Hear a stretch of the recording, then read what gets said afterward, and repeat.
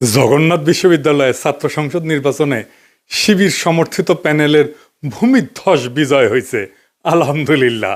ছাত্রদল সমর্থিত প্যানেলের VP candidate fight দিছে, তাও শেষ রক্ষা হয় নাই। যদিও ছাত্রদল প্যানেলের ভিপি ক্যান্ডিডেট কিন্তু গণ অধিকার পরিষদের, ছাত্রদল করা ছাত্র না। শিবির সমর্থিত প্যানেলের জন্য শুধু না, এটা জগন্নাথ বিশ্ববিদ্যালয়ের জন্য একটা ইতিহাস যে এটা জগন্নাথ বিশ্ববিদ্যালয়ের প্রথম ছাত্র সংসদ নির্বাচন। সকল জরিপ, বড় দল, বাঙ্গ মিডিয়া, বাঙ্গ সুশীল এবং গোয়েন্দা সংস্থার পরিকল্পনা ব্যর্থ করে দিল সাধারণ ছাত্রছাত্রীরা এইভাবেই। পুরনো আচার ব্যবহার দেখে এই সাধারণ ছাত্রছাত্রীরা তারা ছাত্রলীগের চাইতে কিংবা ছাত্র দলের চাইতে কিংবা অপরাপর সংগঠনগুলির চাইতে তাদেরকে ভালো মনে করেছে, ভোট দিয়েছে। আগামী 1 মাসের মধ্যেই যদি এই সমস্ত ক্যাম্পাসে আবার ভোট হয়, আমি আপনাকে লিখে দিচ্ছি ছাত্র শিবির পাশ করবে না।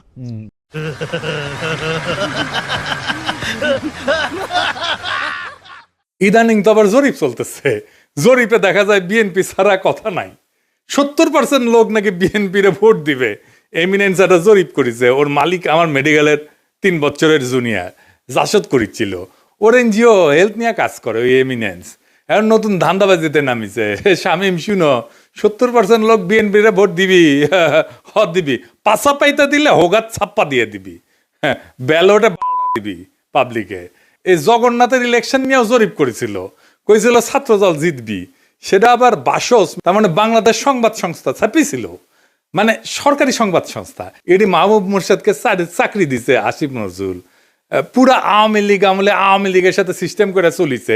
মাঝে মাঝে কুরকুরে নিয়ে উঠলে আমার নিয়ে স্ট্যাটাস মারতো। এটা আছে না, সুশীল গেরে একটা কুরকুরে নিয়ে আছে, পিনাকিরে নিয়ে স্ট্যাটাস মারে, আসলে আওয়ামী লীগ। কিন্তু মাঝে মাঝে আবার ভাব দেখায় আমি আওয়ামী লীগ না। ওরে নিয়ে এমডি বানাইছে বাসসের। মানে বাসসের এমডি হবে সাংবাদিকতার সিনিয়র সাংবাদিক, তা না ওক নিয়ে বসেছে। এইভাবে আসিফ নজরুল বহুত বালসালরা চাকরি দিছে। এখন সব কয়টা বিএনপির সার্ভিস দিতেছে, এইভাবে সার্ভিস দিতেছে। এরা জানে বিএনপি ক্ষমতা না আসতে পারলে হোগাত লাতি দিয়ে খেতাবে, তাই হোগা দিয়া পাহাড় ঠেলিচ্ছে। যেটি লাতি খাবি সেটা দিয়া পাহাড় ঠেলিচ্ছে। এইগুলা এভাবে পুরা প্রফেসর ইউনূসের প্রশাসন বিএনপির জন্য খাটিচ্ছে, অভিনব উপায়ে খাটিচ্ছেন। এটা কথা কয়েনি প্রফেসর ইউনূসের প্রশাসন, উপদেষ্টা মণ্ডলী শোনেন, মন দিয়ে শুনেন। বৃহত্তর বিএনপির প্রফেসর ইউনূসের উপদেষ্টা পরিষদের শাখার সদস্যরা এবং প্রশাসনে বিএনপির লেসপেন্সাররা শুনে রাখেন, আপনারা রাষ্ট্রের কর্মচারী, ওই রাষ্ট্রের মালিক জনগণ, বিএনপি না। মাথায় রাখেন, একদিন না একদিন জনগণের সরকার আসবে ক্ষমতাত, সেদিন কিন্তু কোনো ছাড় পাবেন না। সেই সরকার প্রফেসর ইউনূসের সরকারের মতো ধ্বজভঙ্গ সরকার হবে না। সেই সরকার হবে জুলাইয়ের আগুনে উদ্দীপ্ত সরকার। হোগার চামড়া কিন্তু তুলে নেওয়া হবে, মাইন্ডি পলাহে পারবেন না। রাষ্ট্রের কর্মচারী হিসেবে নিরপেক্ষ থাকবেন, সামান্যতম পক্ষপাতিত্ব করবেন তো সেইটার কাফফারা দিতে হবে, মাপ নাই। সেই কাফফারা ভয়ঙ্কর হবে, সরি কওয়ার কলের টাইম পাবেন না। এবার আসেন আমরা দেখি কেন ছাত্রদল এভাবে হারিচ্ছে আর নাম হয়েছে হারু পাট্টি। হ্যাঁ বুঝে চাও। এই আলাপগুলো আমরা অনেক আগের থেকেই করিচ্ছি। প্রথম কারণ হইতেছে তাদের দীর্ঘদিন ছাত্রদলে কোনো রিক্রুটমেন্ট নাই, নতুন ছাত্র ঢোকেনি। না ঢুকলে দল থেকে আওয়ামী বিরোধী ছাত্র রাজনীতি তো বন্ধ থাকে নাই, তাই না? ওরা কয় যে শিবির আছে কারণ ওরা গুপ্ত রাজনীতি করছে। তা আওয়ামী বিরোধী ছাত্র রাজনীতি কি বন্ধ ছিল? ছাত্রলীগের লুঙ্গির তলে ছিল নাকি শিবির? নূরের দল তাইলে কেমনে তৈরি হইল? নাহিদ আসিফরা কিভাবে তৈরি হইল? ওরা তো গুপ্ত রাজনীতি করে নাই।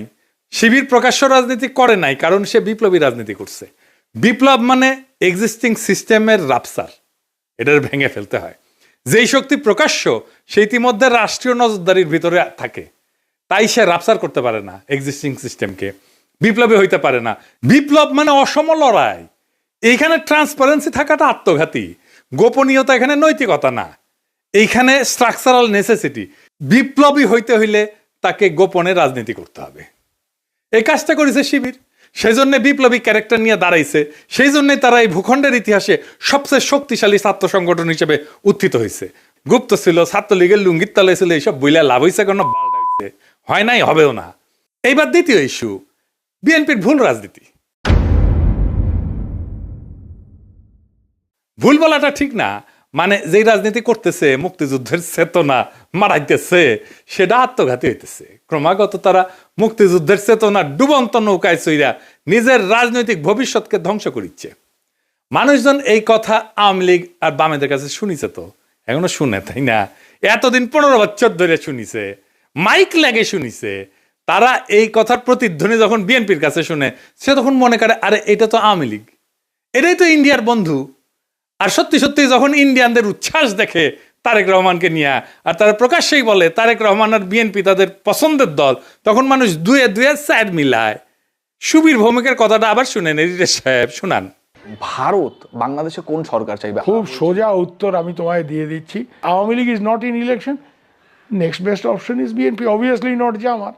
তারা অলরেডি 50 লাখ লোক নিয়ে জেয়ার টেয়াদের হুমকি দিচ্ছে, ফলে জামাত অবভিয়াসলি ইন্ডিয়া চাইবে না।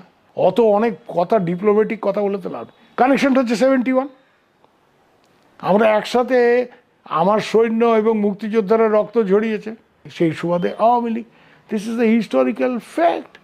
তো এই জায়গাতে হঠাৎ করে আজকে অন্য কিছু ডাইনামিক্স চলে আসবে, এটা তো আশা করাটাও ভুল। কিন্তু যে গভর্নমেন্ট আসবে তার সাথে ইন্ডিয়াকে তো ডিল করতে হবে। শুনেছেন?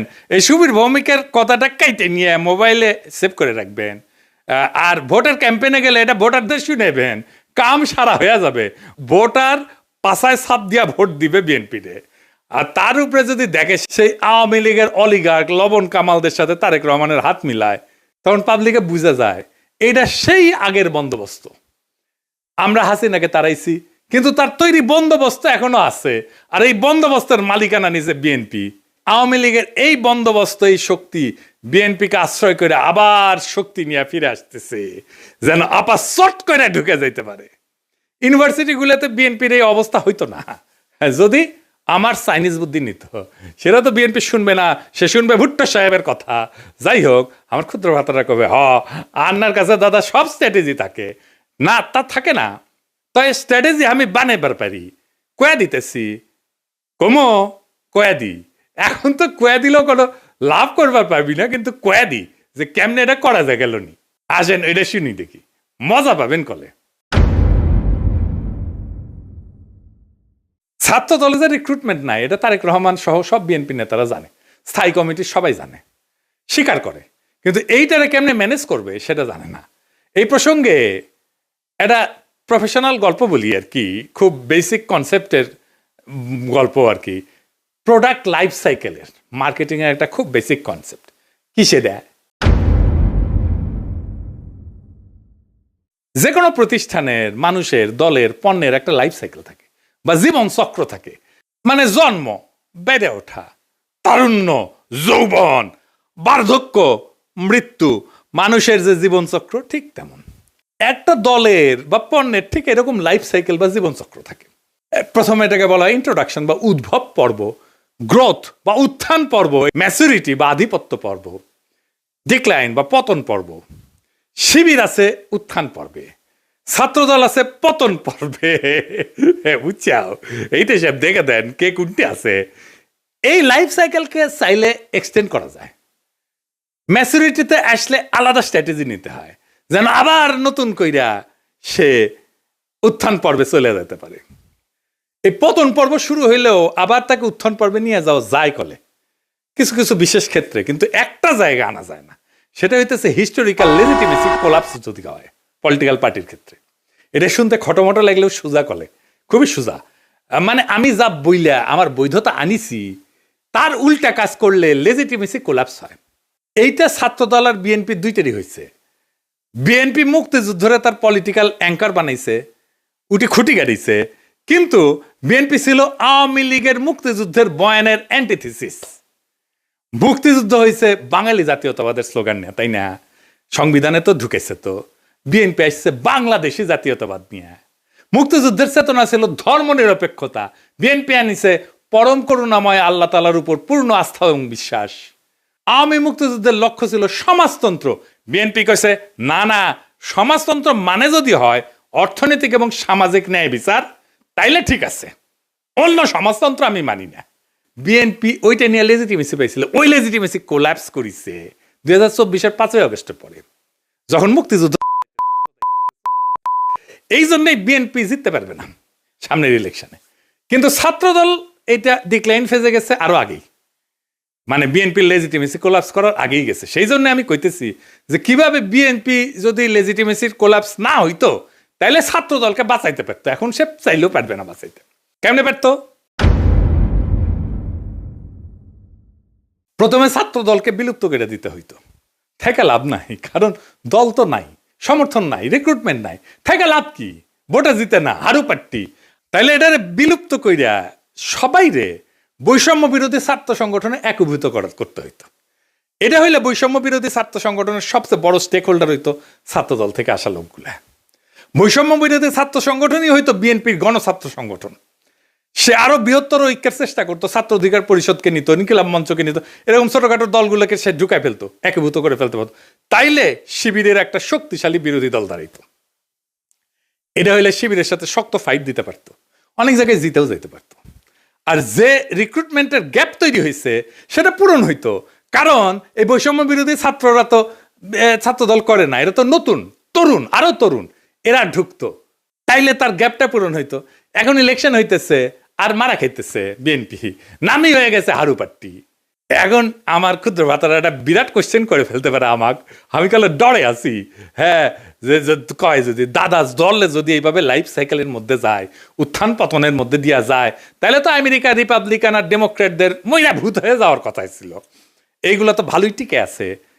তো মাঝে মাঝে বুঝছাও আমার মনে হয় যে আমি দিনে 4-5টা করে ভিডিও বানাই, ব্যানে এগুলো ব্যাখ্যা করি। মেলা কোশ্চেন আছে সবার মাথার, তাই না? হ্যাঁ, এটা খুব ইন্টারেস্টিং প্রশ্ন করে করেছেন আপনারা, না করলেও কয়ে দিলাম, তাই না? আসেন এবার বুঝে দেখি। আমেরিকান রিপাবলিকান আর ডেমোক্রেটিক পার্টি এটা স্বাভাবিক রাজনৈতিক দল না, ওইগুলো কার্যত রাষ্ট্রের ভেতরে একটা ইনস্টিটিউশনালাইজড পাওয়ার মেকানিজম। এটা কি? এটা প্রতিষ্ঠান হয়ে গেছে, এটা দল নাই, এটা রাষ্ট্রের সাথে একীভূত হয়ে গেছে, অনেকটা চাইনিজ কমিউনিস্ট পার্টির মতো। তাই ওদের পতন হয় না, ওদের রূপ বদলায়।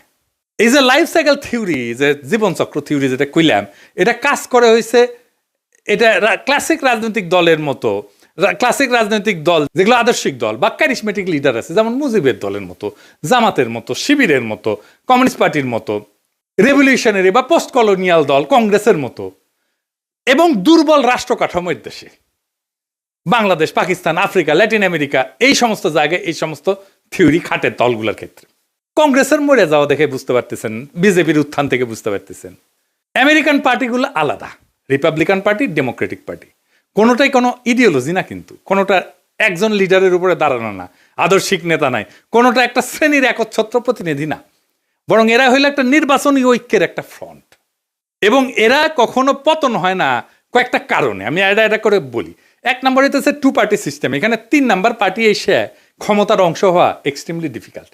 সেই জন্য এই 2 পার্টির বাইরে আসলে কেউ যাইতে চায় না, রিস্ক নেয় না।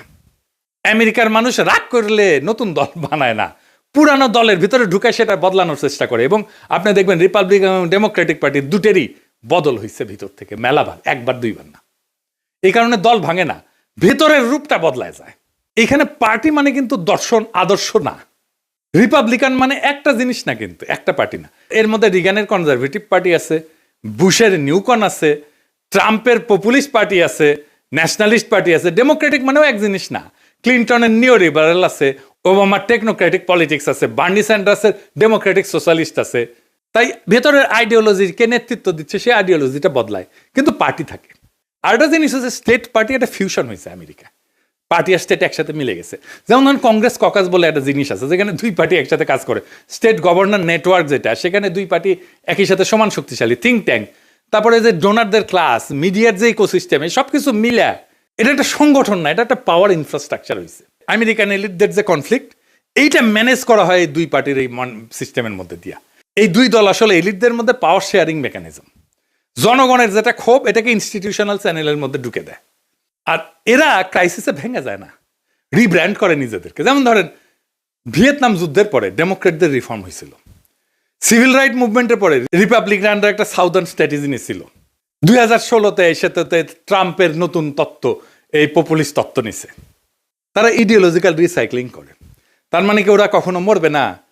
মরবে, কিন্তু পার্টির নাম মরবে না, ভেতরের আত্মা মরে যাবে। আজকের রিপাবলিকান পার্টি লিঙ্কনের রিপাবলিকান পার্টি না, আইসেনহাওয়ারের রিপাবলিকান পার্টি না, আজকের Democratic party John F Kennedy Democratic party না, বা ফ্র্যাঙ্কলিন রুজভেল্টের ডেমোক্রেটিক পার্টি না, কিন্তু লেভেলটা টিকে থাকে দলের, কারণ লেভেলটাই পাওয়ারের টিকিট। বাংলাদেশের দল মানে রাজনীতি, আমেরিকায় দল মানে রাষ্ট্র পরিচালনার সফটওয়্যার। সফটওয়্যার তো আপডেট হয়, ডিলিট হয় না, ইনকাই আর কি, সেই জন্য এগুলা ডিক্লাইন হয় না। তো জগন্নাথ বিশ্ববিদ্যালয়ের নতুন ছাত্র সংসদকে অভিনন্দন। এই বিজয় কোনো দলের কিন্তু একক বিজয় না, এটা সাধারণ ছাত্রছাত্রীদের বুদ্ধিবৃত্তিক বিদ্রোহের ফল। আপনাদের সামনে কাজ অনেক। আপনাদের ক্যাম্পাসে এখনো পর্যাপ্ত ক্লাসরুম নাই, পর্যাপ্ত টয়লেট নাই, বিশেষ করে নারীদের টয়লেট নাই, স্যানিটেশন সংকট আছে, আবাসন নাই, ক্যান্টিন নাই। এই সমস্যাগুলো আজও সমাধান হয়নি, কারণ এগুলো কখনোই রাষ্ট্রের কাছে অপরিহার্য সংকট হয়ে ওঠেনি। এখন দায়িত্ব আপনাদের এই সংকটগুলোকে দাবি থেকে প্রয়োজন, প্রয়োজন থেকে অনিবার্যতায় রূপান্তর করার। রাষ্ট্র সাধারণত তখনই নৈরাচরে বসে যখন বোঝে এই সমস্যার সমাধান না হলে স্বাভাবিক শাসন চলবে না। আমি বিশ্বাস করি ঐতিহাসিক ছাত্র সংসদ যদি সংগঠিত, ধারাবাহিক এবং নৈতিক চাপ তৈরি করতে পারে, তাইলে এই ক্যাম্পাসের বাস্তবতা বদলাইতে বাধ্য হবে। আর একটা কথা পরিষ্কার করিয়া বলি, প্রফেসর ইউনূসের সরকার এবং প্রশাসনকে রাষ্ট্রের কর্মচারীরা কারো দলীয় সম্পদ না। রাষ্ট্রের মালিক জনগণ। সময় বদলায়, সরকার বদলায়, কিন্তু দায় থেকে কেউ কিন্তু মুক্ত হয় না। আজ যারা সিদ্ধান্ত নিচ্ছেন যে আপনারা বিএনপির ক্ষমতায় আনবেন এবং বিএনপির লেসপেন্সারি করবেন, আপনাদের মনে রাখা উচিত ইতিহাস কখনো হঠাৎ বিচার করে না, কিন্তু একদিন ঠিকই হিসাব খুঁড়ে নেয়। আর এই ছাত্র সংসদের কাছে আমার প্রত্যাশা একটাই, আপনারা ভবিষ্যতের জন্য রাজনীতি তৈরি করবেন। এই ক্যাম্পাসের ভাষা যদি বদলায়, তাহলে দেশ বদলাতে তো সময় লাগবে না। আশা করি আগামী ফেব্রুয়ারিতে আমাদের বন্ধুসুলভ সরকার আসলে আপনাদের যতগুলো সমস্যার কথা বললাম, এই সমস্যাগুলোর সমাধানের জন্য আমি ব্যক্তিগতভাবে আপনাদের সাথে থাকব। ফেব্রুয়ারিতে আমাদের ফ্রেন্ডলি সরকারি ক্ষমতায় আসতেছে ইনশাল্লাহ। চান্দাবাজ, ধান্দাবাজ, লুটেরা, ইন্ডিয়ার নব্য লেসপেন্সারেরা ক্ষমতায় আসবে না। আমি যে এপিসোডের পরে ইনকিলাব বলি, ওইটা কিন্তু শুধু স্লোগান না। ইনকিলাব মানে বদল, ইনকিলাব মানে বিপ্লব, ইনকিলাব মানে ভেঙ্গা চুইরা নতুন ভাবে গড়ে তোলা, ইনকিলাব মানে দেশ এবং জাতির জন্য অপরিহার্য হইয়া ওঠা। ইনকিলাব জিন্দাবাদ।